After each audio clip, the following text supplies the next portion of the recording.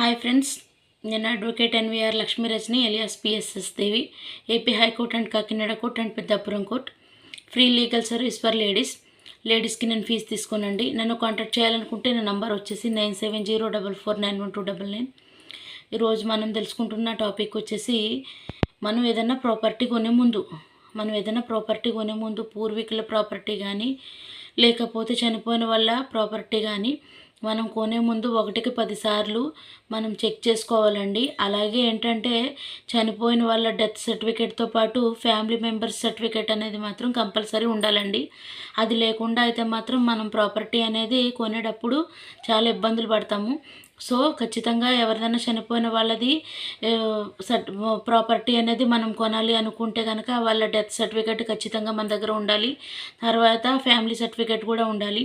లేదంటే తర్వాత మళ్ళీ ఫ్యామిలీ మెంబర్స్ని యాడ్ చేయడము ఇవన్నీ చేస్తారు. ఫ్యామిలీ మెంబర్స్ మొత్తం ఎంతమంది ఉన్నారో లిస్టు, వాళ్ళందరికి సంబంధించి వాళ్ళందరి ఫ్యామిలీ మెంబర్స్ అందరికీ కొడుకులు, కూతుళ్ళు, మనవలు, ముని మనవలు ఉంటే ముని మనవలు వాళ్ళందరిది కూడా కలిపి మొత్తం అంతా ఫ్యామిలీ సర్టిఫికేట్ అనేది ఉండాలండి. సో ఆ చనిపోయిన వ్యక్తిది కూడా ఖచ్చితంగా డెత్ సర్టిఫికేట్ అనేది ఉండాలి. మనం ప్రాపర్టీ అనేది కొనేటప్పుడు పూర్వీకులది కానీ లేదా చనిపోయిన వాళ్ళది ఎవరైనా సరే ప్రాపర్టీ అనేది కొనేటప్పుడు ఖచ్చితంగా డెత్ సర్టిఫికేట్ అనేది ఖచ్చితంగా ఉండాలి.